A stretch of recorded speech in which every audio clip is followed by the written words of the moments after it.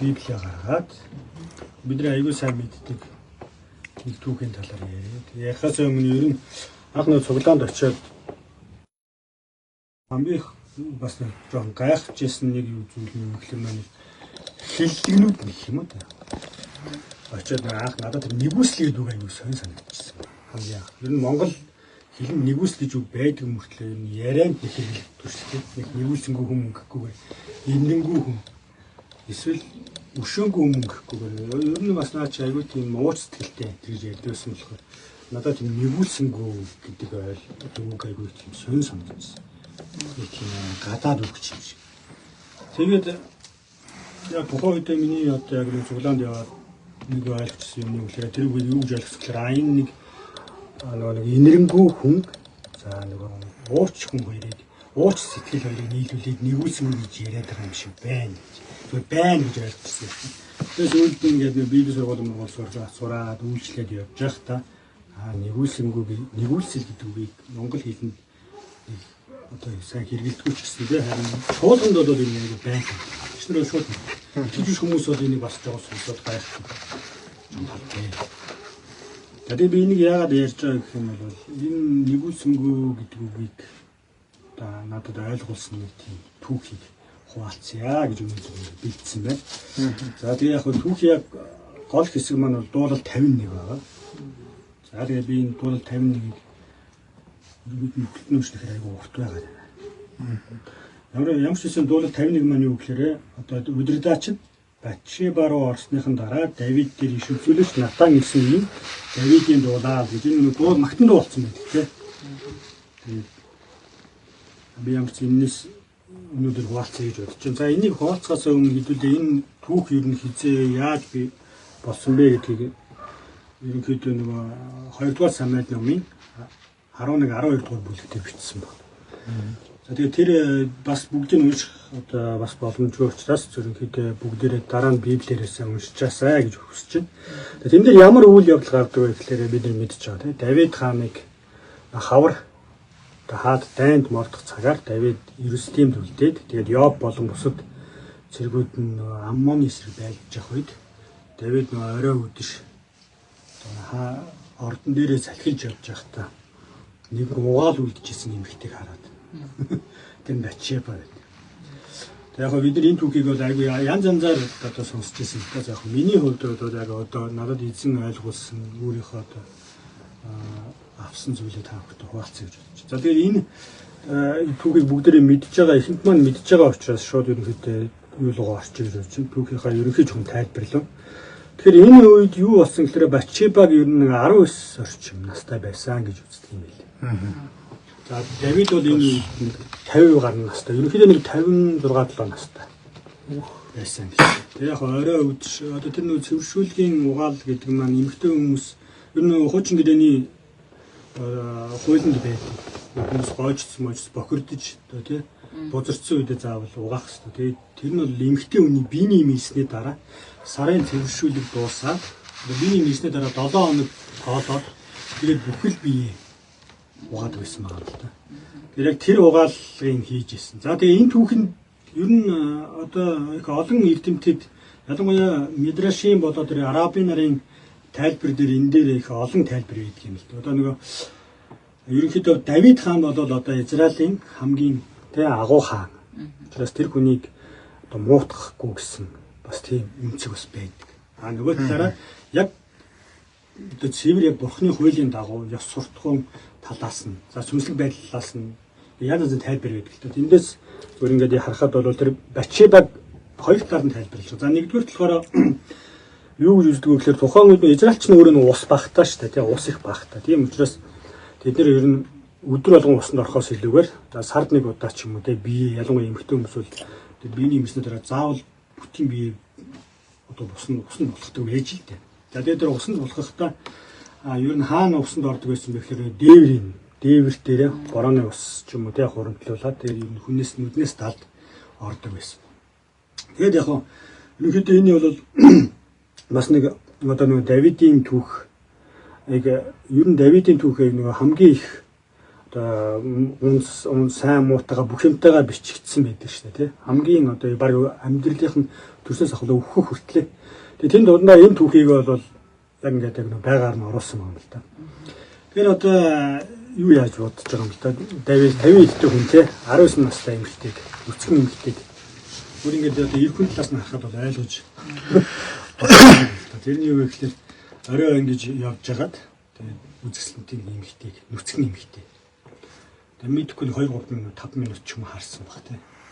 Тэгээд энэ хүнийхөө тэр хүнийг хараад гоо сайхан татагдчих дурлжлаа. Дурлагч гэж одоо тачаад байгаа юм байна. Одоо шударгаал дээр тий. Ерөнхийдөө бол Библиэр тэр яг шударгаал хийсэн л дээ. Тэгээд тэр нөө чи хүн явуулж асууж байгаа юм л да.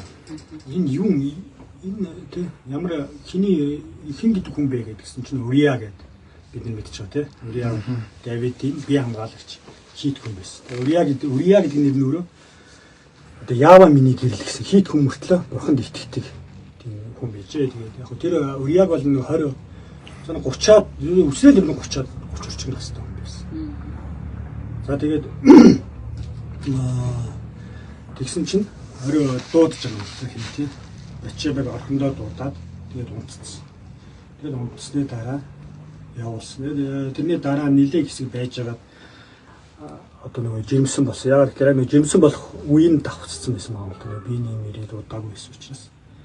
За энэ үйл явдал бол одоо ингээд бид нэр уншихтаа ер нь хүмүүс ингээд уншаад яах та Давид яг байх ёстой газараа байгаагүй учраас гимтчлөө гэсэн иймэрхүү тайлбар их явуулдаг. А гэтэл энийг бол яг ингээд нарийн сайн хатсан бол энэ бол маш аюултай юм болж байгаа. Тэгэхээр бид нар юуг мэдэн тийм Монголын түүхэнд болж байсан нөгөө хилмэдүүлэлтийн үеийг 32 оноос хойш 39 он хүртэл яваад тэгээд тэн дээр нэг лүмби хэрэг гэдэг нэг хэрэг байдаг юм байна. Доромтод болж исэн тухай одоо энэ би зөв намтар түүхийг унших туфтаа учраас тэр хүний түүхийг уншиж ирсэн. Тэгээд тэр хэргийн нэг ийм одоо үүссэн нэг зангилаа. За тэр нь юу вэ гэхээр энэ Хинтийн тухайн 32 онд Хинтийн дадал Хинтийн аймгийн Анан дадал гэдэг нэг сум хушуу хийж л дээ. Тэр хушуунд за би нэрийг харахгүй бас мартчихад байна. Сэрэмжил гэдэг нэг эмэгтэй гэж 17 настай. Тэр нутагта хамгийн хөөрхөн үзэсгэлэнтэй одоо цэвэр сайхан гэж өстой нэг тэр хүн болгоны аманд ордог. Үнэхээр үзэсгэлэнтэй юм. Тийм учраас харсан эрэгтэй хүн болгоно бас дурлал. За. Тэр эмэгтэй Багдаа тухайн үед Монголд нэг сүү тавьдаг гэсэн. Сүү тавиад бадан гэдэг үнтэй. Тэр нь тухайн үед цэгт яваад байсан. 19-20 үрэл. Тэгээд тэр энэ эмэгтэй тэр одоо онон дадлынхаа нөгөө хоршоонд худалдагч хийдгсэн байна. Тэгээд тэр хоршооны одоо дарга цэвэг жав гэж 22 настай залуутай. Ерөнхийдөө одоо тухайн үеийнхаа тий одоо гэхээр яг нэг үерхэд наануу цаанаагаад ороо явж ирсэн.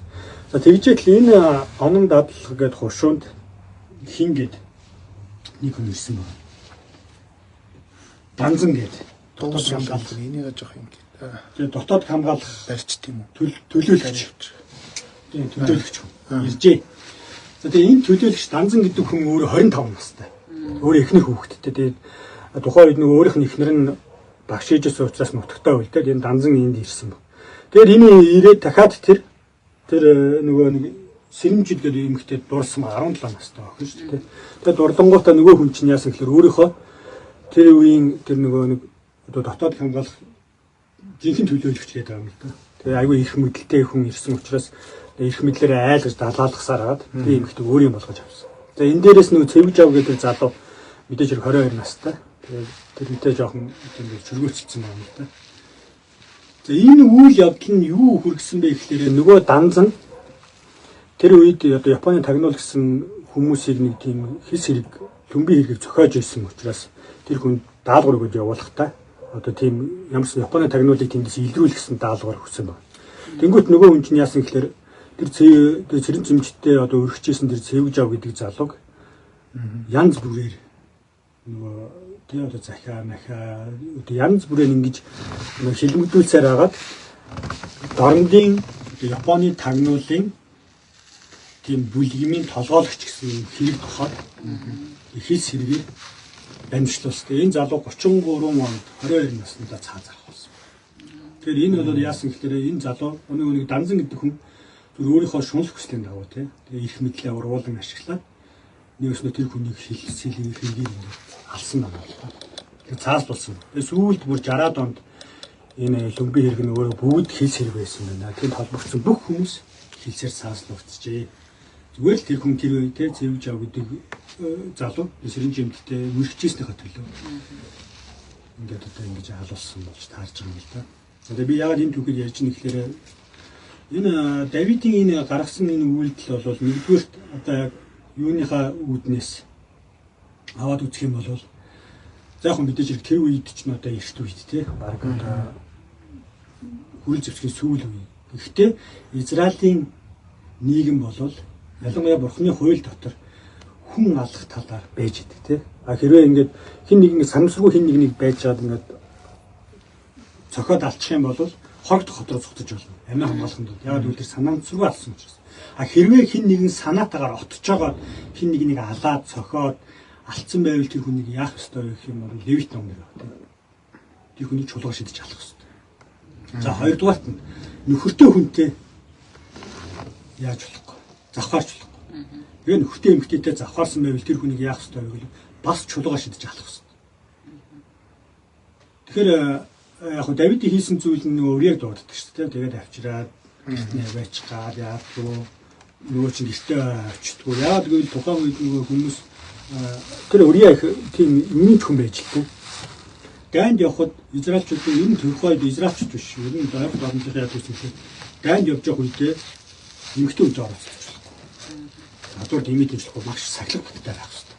Тийм учраас үрийг Давид хэлээд ихтэй манай миний эзэн гэнэ Йоб хэлээд. Манай эзэн тэнд байлж хахад би гэртээ арай ихний хүүхдтэй тийм шүн өгөөд ингэж явахгүй.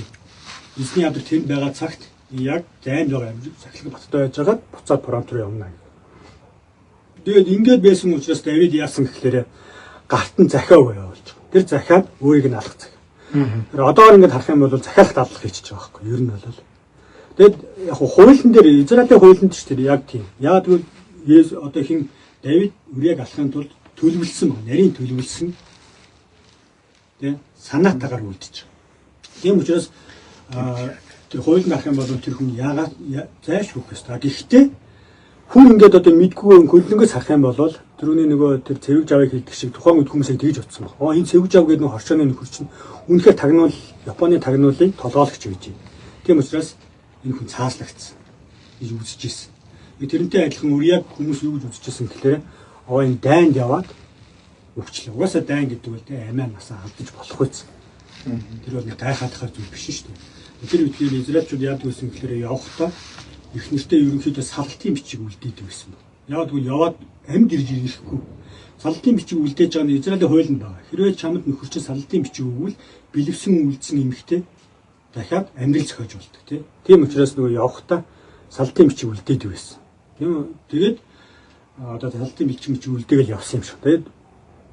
Тэгэхээр энийг ингээд харах юм бол зүгээр ингээд нарийн цаад учрыг нь мэдэхгүй юм бол харах юм бол Урия дайнд яваад нас орчлаа. Бэлэвсэн үлдсэн их нэрийг нь Давид аваа суучлаа. Яагаад гэвэл Израилийн хуулинд ямар ч юу байхгүй. Тийм одоо зөрчсөн юм байхгүй. Бэлэвсэн үлдсэн бичгтээ үлдсэн эмэгтэй. За тэгээд энэ үйл явдал ингээ байжсэн чинь нэг юм бол тэ одоо энэ дуул 51 дээр. Тэгээд хүүхдэн төрсөн байгаа юм л да. Энэ үйл явдлаас хойш нэлээд удсан юм шүү. Ерөнхийдөө. Тэгээд Давид бол тэгээд яг нь ер нь одоо ингээ Давидыг зүгээр мэдг одоо хүмүүс нэг айгүй нэг тийм хүндэлж бишрэж явдаг хүнийг муулах аяг хэцүүдэг тийм. Би болохоор жоохон муулах гэдэг юм аа. Муулах юм ч яг одоо зүр үнэн л юм л да. Тэгэхээр энэ юу вэ гэхээр Давидыг ингээд харахаар нэг талаараа ингээд айгүй сайн талаас нь бид нар байнга ярьсаар байгаа да. Давид бол айгүй мундаг гэж ярьдаг. Одоо тийм ярьдаг одоо тэ бурханд хайртай, сүнслэг юм олон магтан дуу муу зохиосон ийм гэж ярьдаг боловч яг ингээд харахаар манай хүн бол айгүй тийм залтай хүн байсан байна. Тэр зүхтэж явахдаа нэг Йобчдын нутагт очихдоо тийм. Мобын нутагт очихдоо нэг тэр хүн чинь гинтхэн галзуу хүн болж үзчихлээ. Шүүл самаа ингээд сахлан дэгөөрөө гойжуулаад хан ман ингээ майжин гот нөгөөдөл наач сахар. Юу хүн биш тийм. Солиот юм гаргаж хай.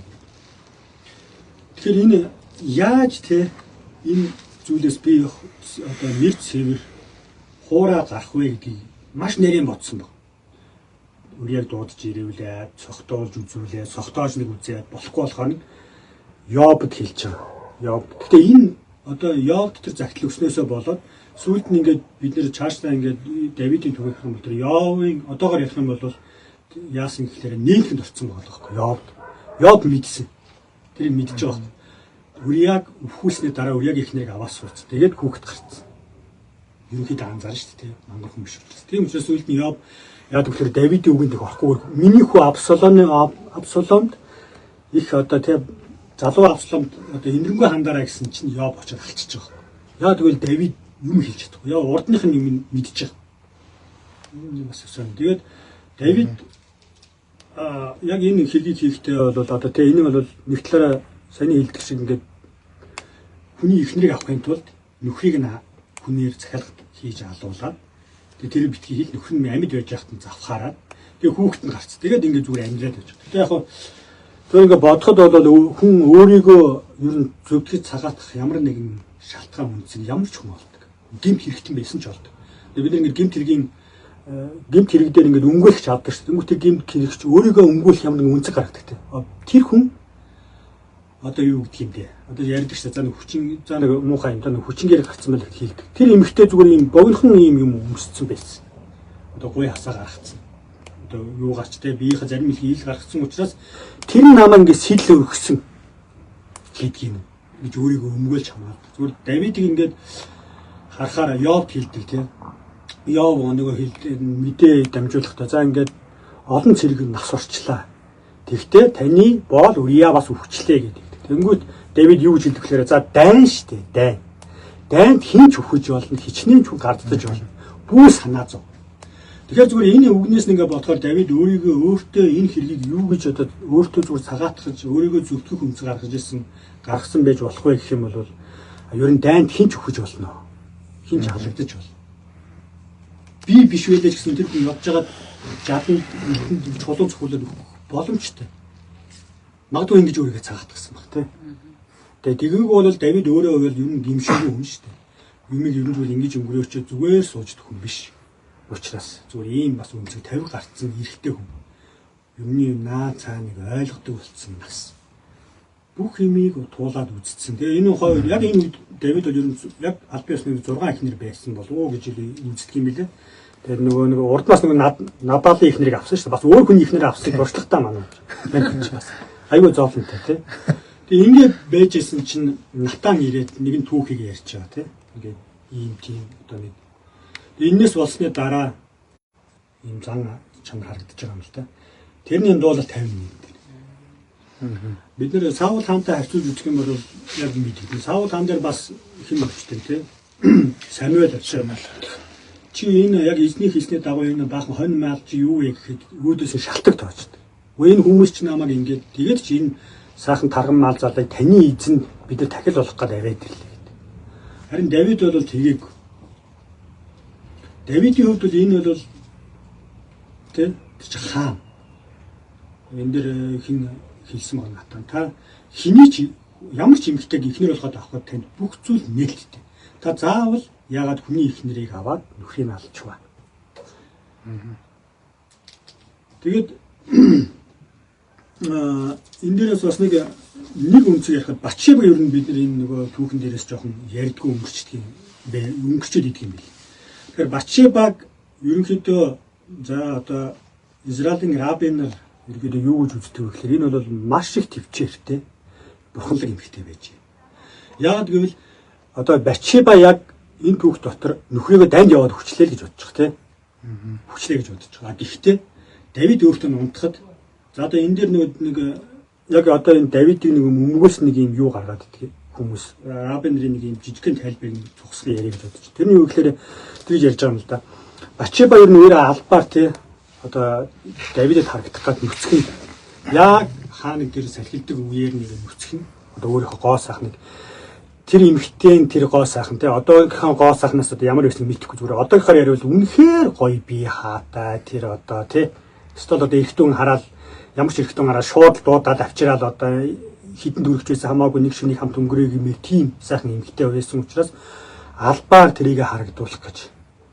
Одоо ингэсэн нь Батшебагийн буруу гэсэн юм. Яг түрүүний ярьдаг шигтэй тэр эмгтэй нүцтэй одоо нэг ийм янз бүрийн ийм бие ил гаргасан хувцс өмсөж явж яж тэр хүнд сэтэл өгөөд тэгээд ийм гэмт хэрэг гарчлаа гэж ингэж ярьдаг бас нэг үнцг шиг юм ярьдаг. Тийм үнцгээс гаргадаг юм тайлбар бас байдаг юм бэл. Тэгээд тэр бас нэг зүйл нь юу вэ гэхээр бас нэг сүнслэг бас одоо хувь заяа нэг юу гэх юм те. Анхнаасаа Батшеба Давидын эхнэр болж тэгээд Соломоныг төрүүлэх ёстой байсан учраас энэ түүх бол ийм байсан гэж. А гэтэл Библийг бид нар ингээд харах юм бол Натаны хэлж байгаа үгийг харуул аль аль нь бол биш байдаг те.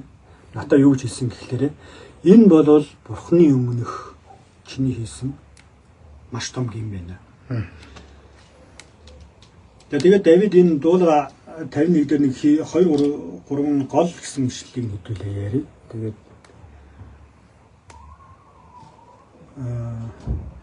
за тэр 10 дугаар ишлэл 51-ийн 10 дээр Бурхан минь миний зөв зөвхөн миний зөв зүйлсийг шинжилсэн авчираач.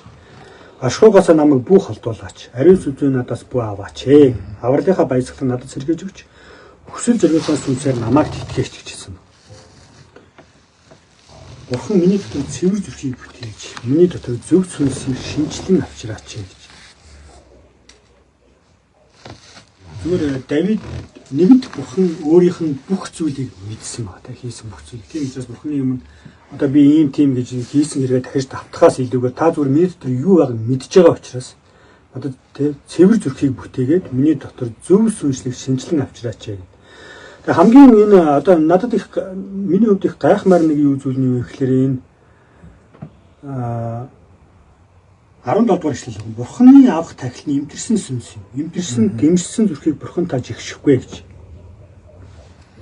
Тэгэхээр Бурхан бол нөгөө тахилаар зарим гим нүглийг уучлж болдог тийм хуучин гэрэн дээр л. А гэхдээ хүн алсан гим нүглийг бол тахил хийж уучлахгүй.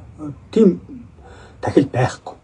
Харин тэрний яг нөгөө шийтгэл нь юу гэхээр чулуу шидэж алах хэрэгтэй. Гэхдээ энд нэг юм шин гэрээний баг одоо энэ хуучин зарим Есүсийн баг шавнырын ч ойлгоогүй нэг тийм теологийн гэх үү. Одоо Бурханы авралын талаарх тийм нарийн ойлголтыг Давид мэдчихсэн энэ 17 дугаар эшлэлээр харагдаж байгаа юм л да. Тэрний юу гэхээр Бурхан та шатаал тахилыг таалахгүй тий. Бурханы авах тахил нь имтэрсэн сүнс, имтэрсэн гимшсэн зүрхийг Бурхан та жигшихгүй юм аа гэж хэлсэн. Тэгээ бид нар шинэ гэрээг харах юм бол Есүсийн хэлжсэн нэг зүйл байгаа тий. Израильчуудад хэлжсэн нэг зүйл нь та нар тахил өрг гэж нэгэнд нь хэлэв. Та нар ийм сайхан тахил одоо Бурхан сүмд очиж тахил өрг гэж хэлэв. Харин юу гэвэл та нар гимшицгээ. Гимшил рүү ирээ гэж дуудаж ирсэн. Тэгэхээр энэ Давидын нэг намайг миний хувьд айгүй Давидыг гайхдаг энэ хэсэг. Энэ хүн яаж ийм те бүр шинэ гэрээний тийм нэрийн ойлголтыг үнэхээр энд мэдчихсэн. Тийм учраас зүгээр би Давидыг тэгж боддог. Энэ хүн үнэхээр Бурханы талаарх, Бурханы зан чанарыг, Бурханы мөн чанарыг, Бурханыг өөрийг нь маш сайн таньж мэдсэн хүн юм. Бурханы арга зам. Тийм учраас энэ 17 дугаар эшлэлээр юм шүү дээ. Та имтэрсэн гимсэн зүрхийг та жигшгүй юм аа. Тэгээд 13 дээр би тэрслэгчээр таны замуудыг заах бөгөөд нүгэлтүүд тань руу буцах болно. Ямар замаар буцах юм? Тахилаар юм уу те? Үгүй. Харин гимшил, имтэрсэн зүрхээр. Тэгээ энэ дээр Бурханы нэг одоо нөгөө бидний түрүү яасан нэгүүлсэнгүй ойлгосон нэг одоо гол юм юу гэхээр Бурхан энэ дээр яг тийм нэгүүлсэл болон шудраг байдлаа харуулсан. Яг энэ түүхтэй. Яг энэ түүхийн яг одоо гол одоо дүр нь бол Бурхан л байгаа юм л да. Тэгээд яг одоо түүхээр яг хуулийн дагуу бол Давид өгөх ёстой. А гэхдээ Бурхан Давидыг бас өхүүлмээргүй. Гэсэн юм үнцгэнтэй. Тийм учраас натаа очиж. Энэ үнцгээс юу гаргаж байгаа вэ гэхээр тахил гэдэг бол хуулиас гарсан зүйл. Тахил бол хуулийн дагуу гаргасан зүйл. Харин нэгүслээс гарсан зүйл нь юу вэ гэх юм бол гимшил болж тарж байгаа. Гимшил бол нэгүслээс гарсан зүйл. Тийм учраас Натан очиод тэр гим нүглийг ингээд илчилсний дараа Давид яасан гэхээр гимшиж байгаа. Энэ нь Бурханы нэгүсэл байсан. Яг би энийг нэгүсэл гэж ярьж байгаа бол Бурхан бид нар нөгөө Содом юг мэднэ. Йонагийн зүгтдэг нөгөө хотыг мэднэ. Тэр хүмүүстээр Бурхан гимшүүлэхдээ эхлээд яадаг вэ гэхээр гим нүглийн илчилдэг. Очоод ингээд захаас нь явсны дараа хүмүүс нь бүгд бүр мал адуус нь үртэл гимшсэний дараа Бурхан тэр хотыг өршөөдөг. Тэгэхээр одоо бид нар ингээд Бурханы нэгүсэл гэж ярихдаа дандаа нөгөө юу одоо яг дандаа ч байх вэ? Ерөнхийдөө нэгтгэхийн үнцгээ юу яриад байгаа санагддаг. Одоо сүүлийн үед дандаа ялалт, одоо амжилт. Одоо Бурхан нэгүссэн учраас би ялаад байна, амжаад байна, одоо ингээд хийгээд байна гэж. А гэтэл яг нөгөө талаас нь харах юм бол Бурханы нэгүслийн нөгөө үнцг нь юу вэ гэхээр гимшил. Тэр гимшлийг дагаад Бурхан яадаг вэ гэхээр хүнд тухайн хүнд өөрөө магадгүй ингээд анзаарахгүй болцсон, өөрөө мэдрэхэ болцсон гим нүглийг илчлэх. Тэр нь магадгүй хүн байж болно. Хин нэгэн очиж миний буруу шууд те чи тэгсэн штэ, ингэсэн штэ гэд хэлэхэд магадгүй би Давид шиг тэр хүн лөө Давид магадгүй Натанд хандж болох байсан те. Гэхдээ тгийг шууд Бурханы өмнө очиж байгаа шиг би яг тэгж юм. Тэгээ бид нэр юу тэгж юм. Бурханы нэгүслийг гэж харахтаа энэ одоо хэн нэгнэр миний муу үзээд энэ улан шагаагаад байна. Эсвэл одоо яаж ийн гэж хэлэхээсээ илүүгээр тэр яг надад хувьчилж ирээд хэлж байгаа бол энийг бас эзнээс ирж байгаа надад нэгүсэл намайг дэмшилээрээ дамжуулж өөрлөгөө эргүүлэх гэж юм. Гэж харах хэрэгтэй болж байгаа юм л да. Бас нэг зүйл нь Бурхан шудраг учраас энэ нэг хүүхэд өнгөрдөг юм л да. Энэ бас айгүй сонин хүмүүс энэ дээр бас их юм ярьдаг. Бурхан одоо тэгээд ямар ч гэм нүгэлгүй хүүхдийг ингээд хүлчлээ байрлаа гэх юм. Гэтэл бид нар нөгөө Есүсийн түүхийг харуул бас энэ хүүхдийн түүхтэй жоон төстэй. Есүс бас ямар ч гэм нүгэлгүй мөртлөө хүмүүсийн өмнөөс нас бас. Тэгээд дараа нь Есүсийг Бурхан алдаршуулсан.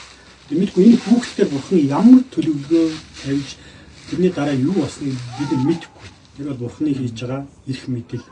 Тэгвэл Бурхан энэ дээр нэгүүлсэнгүй л хандсан байна. Тэгээд Давид яг энэ түүхтэр 7 хоногийн турш хүүхд болоо залбирдаг юм л да. Өөрөө өршөөгдсөн.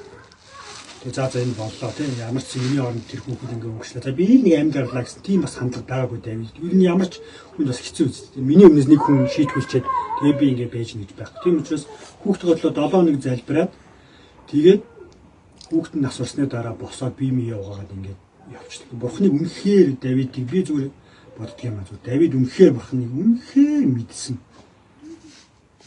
Шинэ гэрээний теологийн юмыг хүртэл ойлгох. Тэгээ энэ дэр нэг гоё юм байна. Тэгээ Бурхан энэ дэр чимээгүй өнгөрцөн байсан бол яах вэ? Гэхдээ яг одоо яг цагдаар ингэж ярихаар бидний одоо гин нүгэл болгоно дээр бидний магадгүй хүмүүсийн мэднээс далд хийсэн хүн харахад зүгээр ингэж нэг амьдраа яваад байгаа юм шиг боловч цаана хийж байгаа зүйлийг байнгын Бурхан ирээд ингэ илчлээд байхгүй ч гэсэндээ энэ дэр нэг Бурхан бас имэх нэг зүйл байна. Тэрний юу вэ гэхээр одоо энэ гимг хэрэг хийсэн одоо нэг монголооч дүүрэн л нэг баахан мөнгөтэй хүмүүс гимг хэрэг хийдэг шүү дээ. Гимг хэрэг хийгээл хүн амтан алаад одоо юу гэдэг хүмүүс мөнгөөр хийдэж. Тэгэхээр тэд нар бүгдээ нэг даасан багштай байдаг гэж. Тэр нэг буддийн те буддийн талаас бөөмөл. Тэд нар очиод өөрсдөө хүмүүсийн одоо хүүхдийн ч юм уу мэдхгүй бидний ч юм уу одоо татвар төлөгчдийн ч мөнгийг авчаад тэгээд тэр хүмүүсийн хэл цагаан хар хил амыг дарах засал юм хэлдэг гэж. Аргалуулж нэг ёсны аргалуулж байгаа. Эсвэл ямар нэгэн тэ гандан манданд очиод эдгээр чинь бөө мөнгө өгч байгаа. Одоо миний артлыг даагаад өгөөч одоо энэ юм юм. Одоо Бурхан хэрвээ Давид дээр ингээл бас болно. Бурханы нэг гоё юм талд хоо татдаггүй. Тэгээд Давид энэ дээр яагаад за тэ ба та миний нэг гимгэл ингээч тэгэж одоо юу гэдгийг тэгж яриаггүй. Бурхан ерөөсөө яг одоо энэ хүмүүс өөрөөс нь өөр байдаг тэр нэг хар цагааныг ялгахгүй шүтээтэй адилхан бол биш байгаа байхгүй. Юу ч хийсэн хамаагүй те. Ингээд нэг аргалчиж болдог.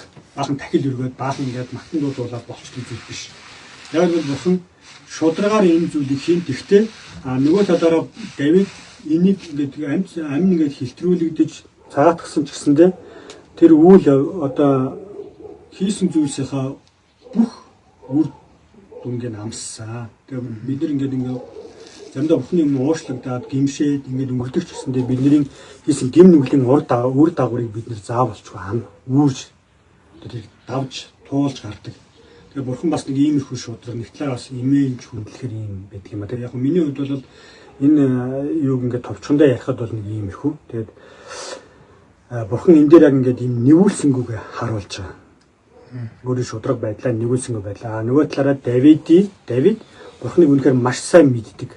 Авралын замыг мэддэг тийм байсан. Тэгэхээр зүгээр би одоо номлол сонсож байгаа хүмүүст хандаад хэлэхэд хэдүүлээ бид нэртэй Бурхны өмнө байж байхдаа Бурхан хэрвээ гимш хийж байгаа бол хэрвээ хэн нэгнээр танаар дамжуулаад гим нүглийг илчилж байгаа бол энэ бас нэгүслийн нэг хэлбэр шүү.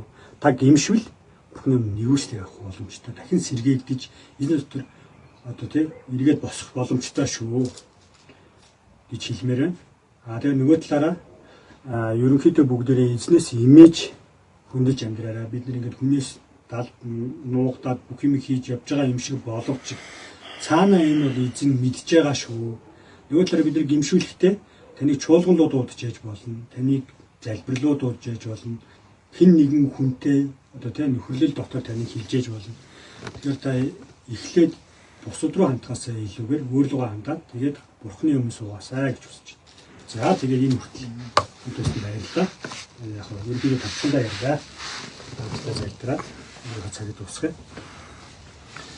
Залбирахтаа ямар ч бүгдээрээ Бурхны нэгүсэд талархъя гэж бодож байна. Тэгэхээр бид нар хийсэн гим нүгэл болгонтой тооцоо хийгээд идэв гэсэн бол магадгүй бид нар байнга тахил өргөх ёстой хуучин гэрээ шиг байсан бол хэцүү те. Одоо харин Есүсийн нэгүс дотор бид нар зогсож байгаа учраас үнэхээр эзний өмнө ирээд гимших үед тэр биднийг сэргээдэг.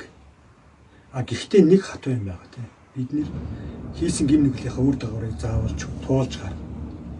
Тэр бол Бурхны шудраг байдал бас бидний юу тарьснаа хурааж авдаг. Тэгээ хамтдаа залбирцгаая. Аллилуйя Иесус. Эзэн минь танд би таны өмнө даруугаар ирээд залбирч байна.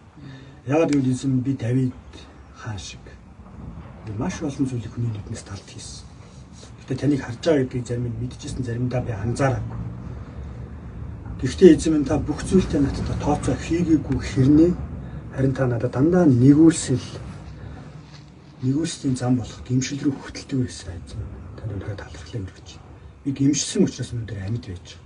Би таны өмнө зогссон учраас таны нэгүсэл дотор байж байгаа учраас тэгээд эзэн минь үнэхээр бид нар таны нэгүсэл дандаа ялалт амжилт гэж харахаас илүүгээр уналтч байж болно. Хүмүүсийн өмнө заримдаа бид нэр ичхүүрээ сонжоор хүний өмнө ичхүүр болж бүх зүйл ил болж байгаа юм шиг боловч эзэн энэний цаана та биднийг гимшил рүү өрөөлөх авчрахын тулд та биднийг хинч болгодог. Заримдаа бүх зүйлийг илчилдэг.